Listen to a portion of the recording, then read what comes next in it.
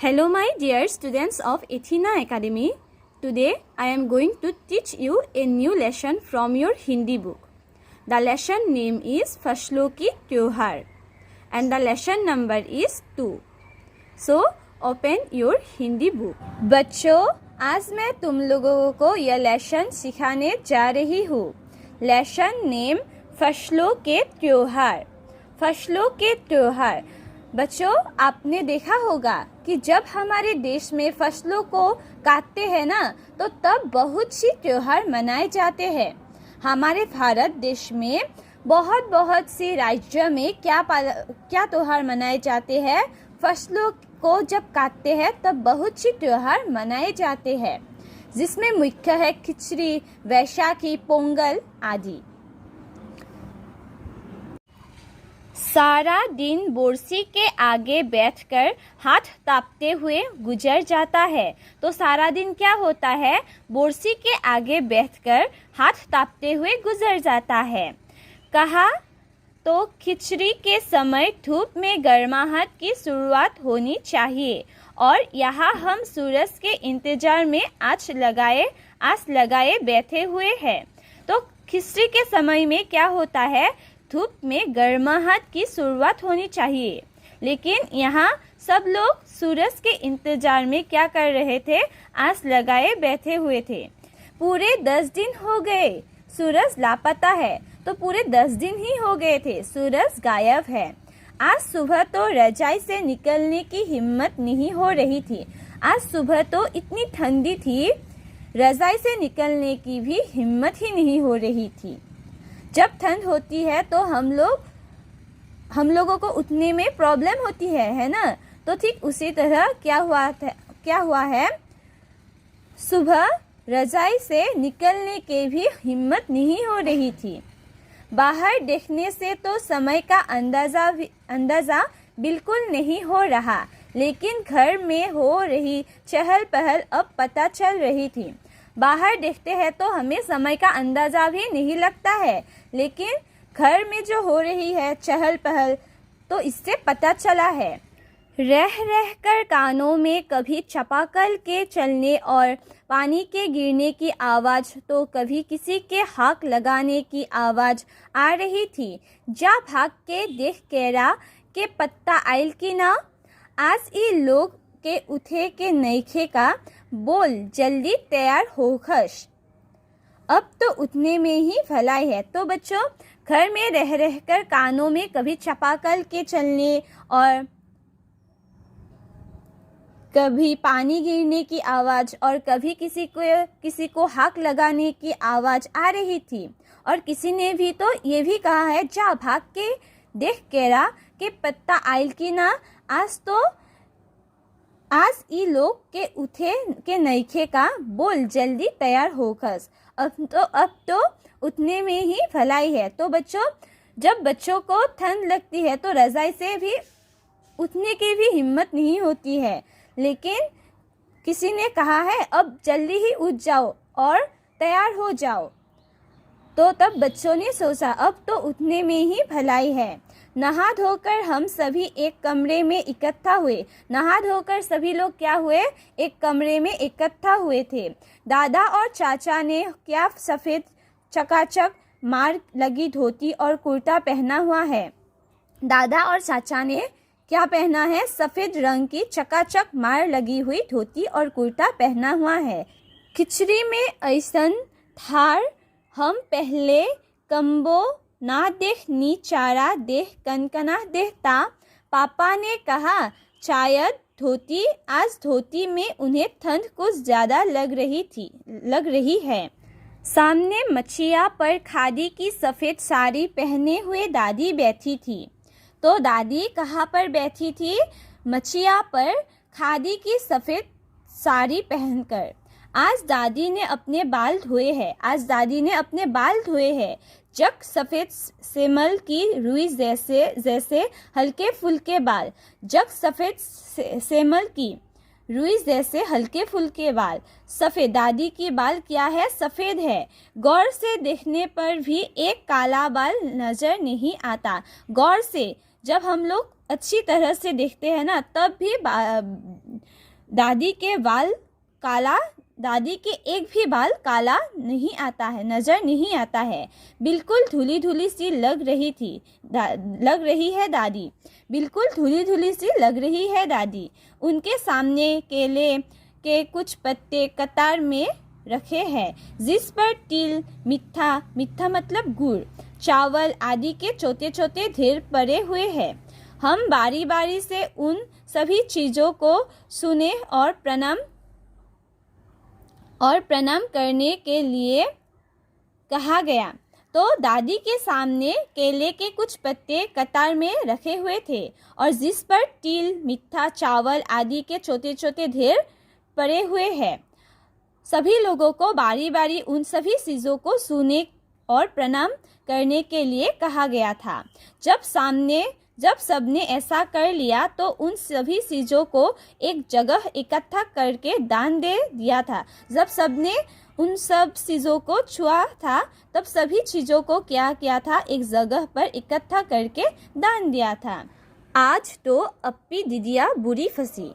उन्हें न तो चूड़ा दही ही पसंद है और न ही खिचड़ी, पर आज तो फरमाइशी नाश्ता नहीं चलेगा। उन्हें दोनों ही चीज़ें खानी पड़ेगी। आज खिचड़ी जो है, आज खिचड़ी की एक त्योहार होता है। आज खिचड़ी की एक त्योहार है। तो इसमें क्या होता है, इसमें चूड़ा दही खिचड़ी सब खाने को मिलता है। लेकिन अप्पी दीदिया को ये सब पसंद नहीं थी, इसलिए आज अप्पी दीदिया बुरी फंसी थी। खिचड़ी खाने के बाद सभी ने गया से आए तिल, गुड़ और चीनी के तिलकुट को बड़े चाव से खाया। खाते खाते मैं सोच रही थी कि कितनी अलग है न यह खिचड़ी जो अभी हम मना रहे हैं। तो खिचड़ी खाने के बाद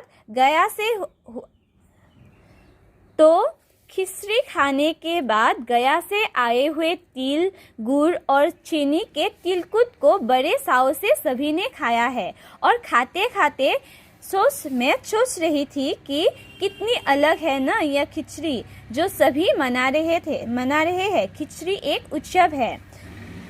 स्कूल में हम जो खिचड़ी मनाते थे उसकी अलग ही मस्ती हुआ करती थी।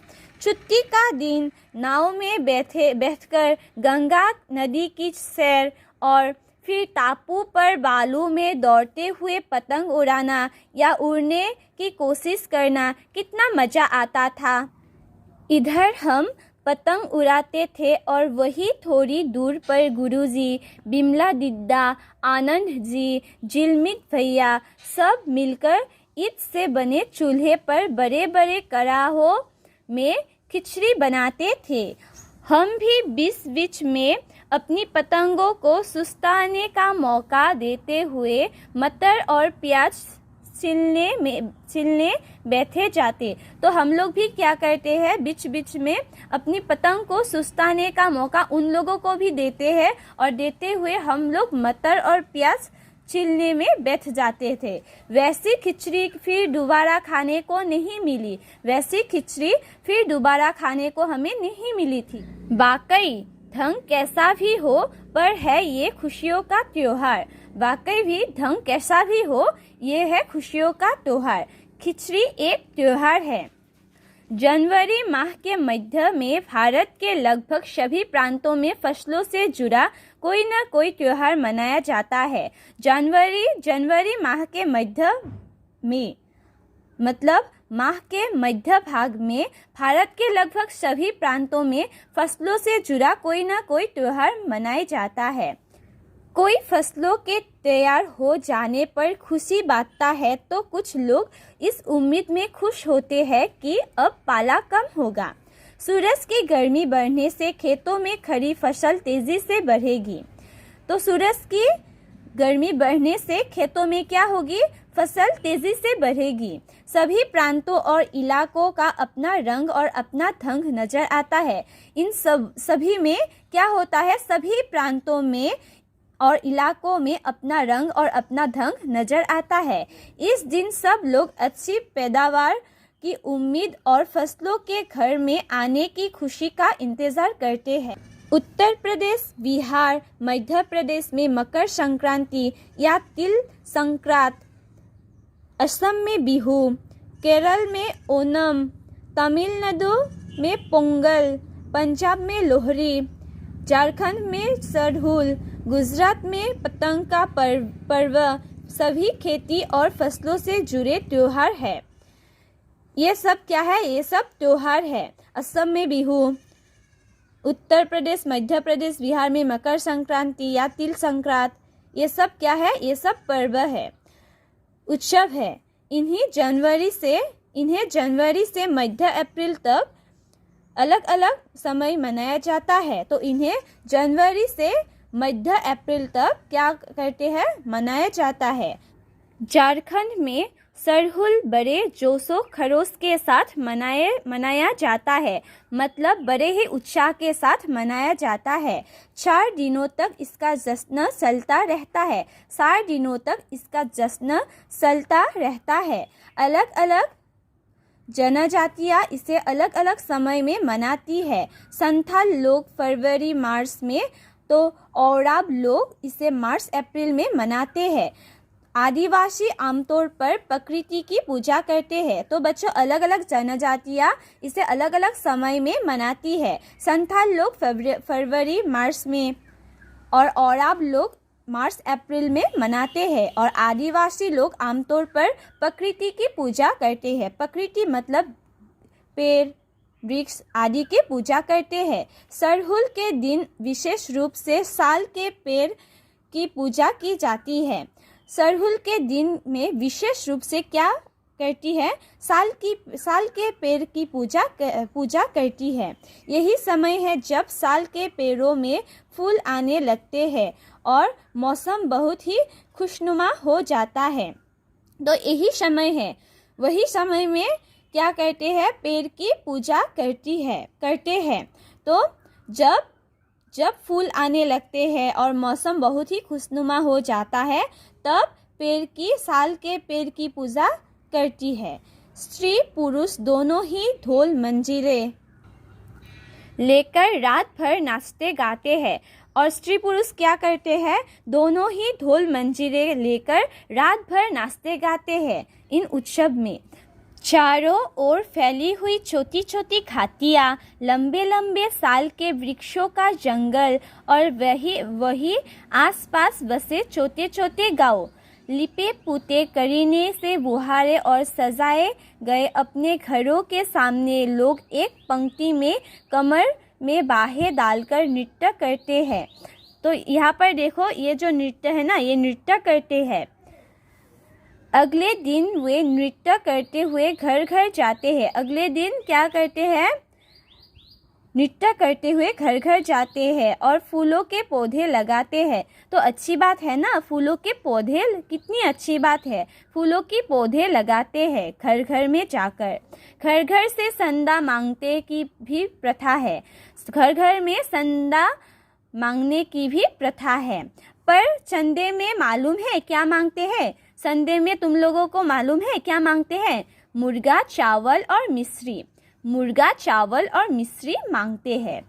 फिर चलता है खाने पीने और खेलों का दौर।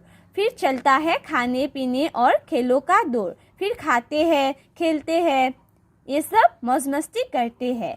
तीसरे दिन जाकर पूजा होती है, जिसके बाद लोग अपने कानों में सरई का फूल पहनते हैं। तो तीसरे दिन क्या होता है? तीसरे दिन जाकर पूजा होती है, पूजा करती है, जिसके बाद लोग अपने कानों में सरई फूल पहनते हैं। इसी दिन से वसंत ऋतु की शुरुआत मानी जाती है। इसी दिन से क्या होता है? वसंत ऋतु की आरंभ मानी जाती है। धान की भी पूजा होती है। पूजा क्या हुआ?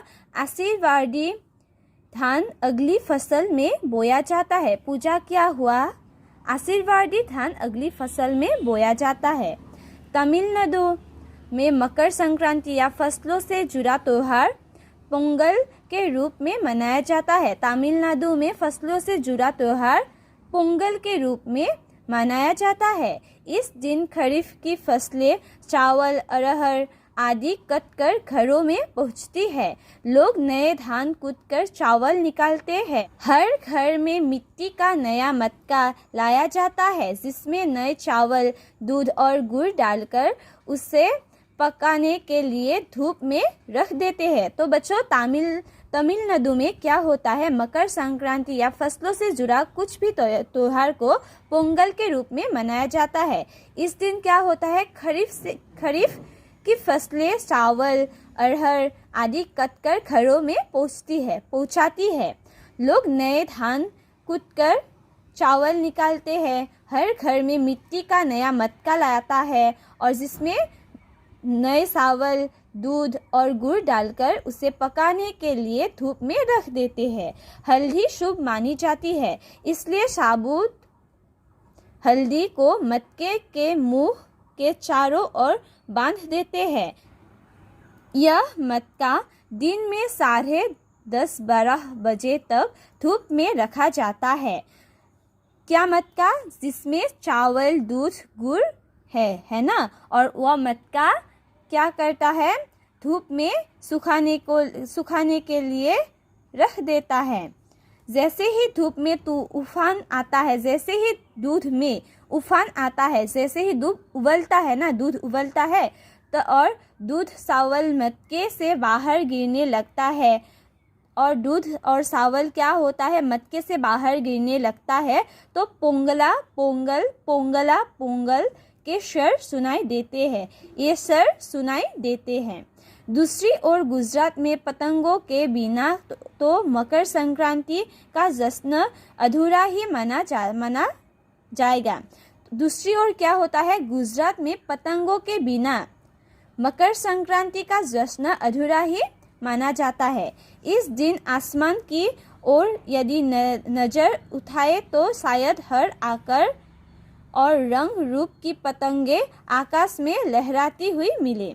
इस दिन आसमान की ओर यदि हम नजर उठाते हैं तो शायद हर जगह क्या दिखते हैं हम लोग, बहुत सारे रंग बिरंगे पतंग देखते हैं ना, लहराती हुई देखते हैं। प्रत्येक गुजराती, चाहे वह किसी भी धर्म, जाति या आयु का हो, पतंग उड़ाता है। प्रत्येक गुजराती यह पतंग उड़ाता है। हजारों लाखों पतंगों से सूर्य भी थक सा जाता है। तो हजारों लाखों पतंगों से भी सूर्य भी क्या होता है, थक जाता है, मतलब दिखाई नहीं देता है। कुमायूं में मकर संक्रांति को घुघुतिया भी कहते हैं। तो कुमायूं में मकर संक्रांति को क्या कहते हैं, घुघुतिया भी कहते हैं। इस दिन आटे और गुड़ को गूंथकर पकवान बनाए जाते हैं। इन पकवानों को तरह तरह के आकार दिए जाते हैं, जैसे डमरू, तलवार, दारिम मतलब अनार का फूल आदि। पकवान को तलने के बाद एक माला में पिरोया जाता है। तो बच्चों, कुमायूं में मकर संक्रांति को घुघुतिया के नाम से भी जाना जाता है। इस दिन क्या करते हैं, आटे और गुड़ को गूंथकर पकवान बनाए जाते हैं और इन पकवानों को तरह तरह के आकार दिए जाते हैं, जैसे कि डमरू, तलवार, दारिम का फूल आदि।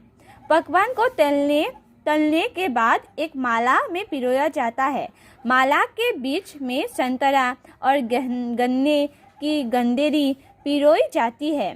तो माला पिरोया जाता है, अर्थात माला बनाया जाता है। माला के बीच में संतरा और गन्ने की गंदेरी पिरोई जाती है। यह काम बच्चे बहुत ही रुचि और उत्साह के साथ करते हैं। यह काम क्या बच्चे रुचि के साथ करते हैं, रुचि मतलब उत्साह के साथ करते हैं। सुबह बच्चों को माला दी जाती है। सुबह बच्चों को क्या करती है, माला दी जाती है। बहुत ठंड के कारण पक्षी पहाड़ों से चले जाते हैं। ठंड के कारण पक्षी क्या करते हैं, पक्षी पहाड़ों से चले जाते हैं। पहाड़ बहुत ठंड होता है ना, तो इसलिए पक्षी पहाड़ों से चले जाते हैं। उन्हें बुलाने के लिए बच्चे इस माला से पकवान तोड़ तोड़ कर पक्षियों को खिलाते हैं और गाते हैं। तो उन्हें बुलाने के लिए, पक्षी को बुलाने के लिए बच्चे इस माला से पकवान तोड़ तोड़ कर पक्षियों को खिलाते हैं और गाते हैं। क्या गाते हैं? तुम लोग भी मेरे साथ गाना, ओके। कौआ आओ घुघुत आओ, ले कौआ बड़ो, मके दे जा सोने का घरो, खा ले पूरी मके दे जा सोने की चूरी। इसके साथ ही जिस चीज़ की कामना हो वह मांगते हैं। तो हम लोग प्रार्थना, जब भी भगवान को प्रेयर करते हैं ना, तो प्रार्थना करते हैं, तो क्या होता है, हम कुछ ना कुछ मांगते हैं, है ना। तो उसी तरह क्या करते हैं बच्चे लोग भी पक्षी को बुलाकर कुछ चीज़ की कामना करते हैं और मांगते हैं, है ना। यह कितनी अलग अलग अंदाज मकर संक्रांति को मनाने के, है ना। ये कितनी अलग अलग अंदाज मकर संक्रांति मनाने के लिए भारतवर्ष में हर राज्य में मकर संक्रांति मनाया जाता है, कुछ अलग अलग तरीके से। कहीं दूध, चावल और गुड़ की खीर बनती है, तो कोई 5 प्रकार के नए अनाज की खिचड़ी बनाता है, तो कोई दूध, चावल और गुड़ की खीर बनाती है, और कोई 5 प्रकार की नए अनाज की खिचड़ी बनाता है। कहीं लोगों का सैलाब नदी में स्नान के लिए उमड़ पड़ता है। लोग ठंड से ठिठुरते रहेंगे, पर बर्फीले पानी में कम से कम एक डुबकी तो ज़रूर लगाएंगे। हाल यह होता है कि इन जगहों पर तिल रखने की भी जगह नहीं होती। तिल से याद आया, मकर संक्रांति के दिन पानी में तिल डालकर स्नान करना, तिल दान करना, आग में तिल डालना, तिल के पकवान बनाना विशेष महत्व रखता है। तुम्हारे घर या इलाके में इस त्योहार को कैसे मनाया जाता है? इसे खिचड़ी, पोंगल, मकर संक्रांति या कुछ और कहा जाता है? या तुम फसलों से जुड़े कोई और त्योहार मनाती हो? यदि तुम आपस में बात करो तो तुम्हें यह जानकर हैरानी होगी कि कई बार एक ही इलाके में रहने वाले लोग भी इस त्योहार को अलग अलग ढंग से मनाते हैं। तो बच्चों, मकर संक्रांति में क्या होता है? पानी में तिल डालकर स्नान करता है, तिल दान करता है, आग में तिल डालना, तिल के पकवान बनाना विशेष महत्व रखता है। तो बच्चों, मकर संक्रांति को भारत की हर राज्य में अलग अलग अंदाजों में मनाया जाता है ना। तो आज मैंने इस लेसन से क्या सिखाया है तुम लोगों को? भारत में कौन सी राज्य में मकर संक्रांति को क्या नाम से जाना जाता है, और कैसे कैसे उत्सव को पालन करते हैं, है ना। ये सब इस लेसन से हमने सीखा है आज। तो तुम लोग इस लेसन को अपने घर में अच्छी तरह से पढ़ना, और पढ़ने के बाद कुछ डिफ़िकल्टी पाते हो तो मुझे फ़ोन करना।